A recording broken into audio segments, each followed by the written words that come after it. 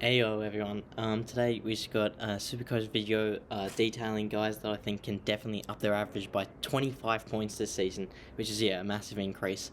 So first guy I've got here is Nick Blakey. I think just about one of the most, if not the most, underrated SuperCoach option of this preseason. He averaged, obviously, just a 59.7 points last year. But I think with Dawson leaving, he's going to be the one that soaks up the majority of those points.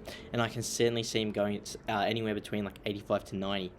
And yeah, just being that real distributor role of halfback, obviously really quick, a lot of dash back there. And yeah, I think, getting those long kicks up the wing and stuff can definitely increase his scoring capabilities. And yeah, make him, a really good mid-price defense option. Me personally, I would select him. I think Hewitt just at I think he's about 70k more. I think he's probably a little bit more consistent in that midfield role, which Blakey isn't really going to get at the Swans. But I think Blakey, definitely needs to be talked about because he's a really good option to pick. And now next up we got Jared Berry. So obviously seems like he's over his durability his injury woes, but I would say his durability still irks me a little. Probably why I wouldn't pick him, but I think he will definitely up his average by over 25 points this year compared to what he did last year. It deserves to be mentioned here. His role seems like he's playing a lot on the wing, which is a really inconsistent role. He is getting some inside midfield time, of course. From what we saw of him in the preseason, I put up an 82 last week against the Bulldogs and 150 score, which is massive, against Adelaide. But personally, I wouldn't really pick him. But he should increase his average by a lot this year. Even though durability may not necessarily be the best. So next up we got Will Brody. Let's put it. Just a 51.5 average last year. But of course, after he's come to Fremantle this year, he looks to be cemented in their midfield rotation. With the likes of Fife, Mundy, Brayshaw, Sarong, probably going to be the main five midfielders, I would imagine, for Fremantle this year. Brody's probably on the outer of those five, though, to be honest. Probably with like Mitch Crowden as well. But he's scored over 100 in both practice matches to show that he's got that defined role, got those ball getting abilities that we saw in flashes a lot of Gold Coast. But the fact that he's able to do it against another AFL team in West Coast, who I guess in midfield was depleted, to be fair. But the fact that he managed to do it is of course a positive sign. He does have pretty high ownership at 30%, so he's not really an unknown selection by any means. But he should certainly score anywhere between probably 80 plus, 80 to 90 really. So I think he will definitely have a breakout season this year, and he looks to not be panicking at all really with the ball compared to what we saw last year. He looked like as soon as he got the ball last year, he just wanted to put it on the boot or give a handball or whatever. Now he's thinking through it a lot better. Only played the 4 matches for Gold Coast as well last year, so should be a really good selection this year if you want to pick him. Pretty cheap as well. Got that mid forward eligibility, so he's pretty good there. Now we got probably the guy that's impressed me the most this whole preseason, Tristan Cherry. So he looks like he's just about North Melbourne's number 1 ruckman. Average, just a 38 this year. But there's no reason in my mind why he can't average probably 90 this year, taking over from Goldstein, who might even not be in the team halfway through the year.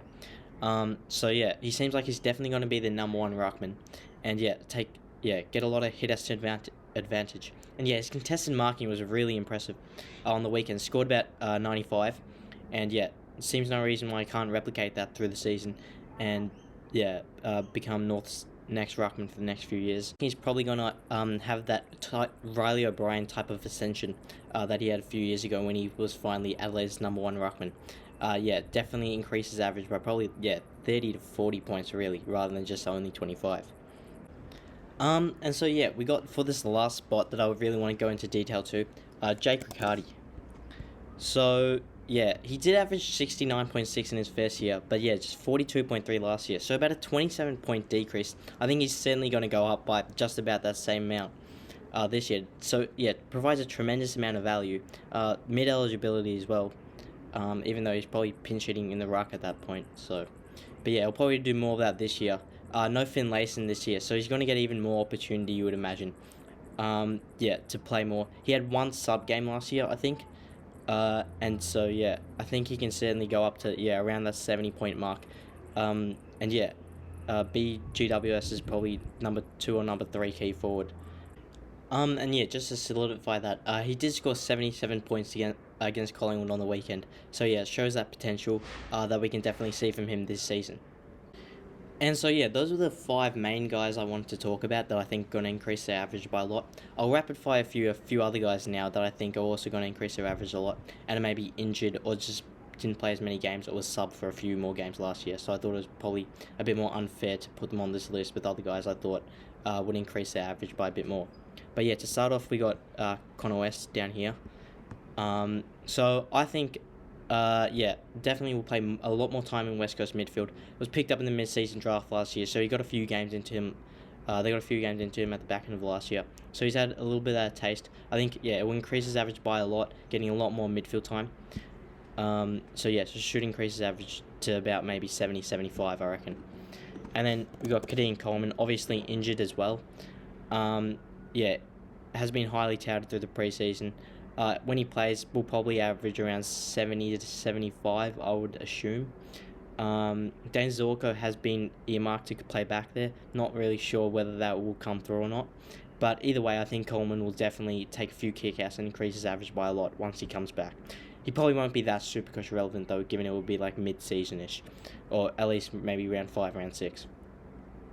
And then up forward, in defence rather, we got Kyron Hayden. So he's going into his 5th season this year. Only averaged 28.7 last year. I think he had a sub game in there. But yeah, I think he can definitely increase his average by a lot. To maybe, yeah, like 55 or 60. Or maybe even just 50. But yeah, he might. I think I've seen him in the past play tagging roles in the midfield. So I'm not sure if he'll do that again at any point. But if he does, that's a role which is a shutdown role. But he can definitely accumulate some type of possessions in there and get his scoring up. But yeah, those are basically the other guys I wanted to mention. Yeah, I got to change a view out of here today. I'm outside recording this video. But yeah, thanks for watching everyone. And yeah, see you in the next one.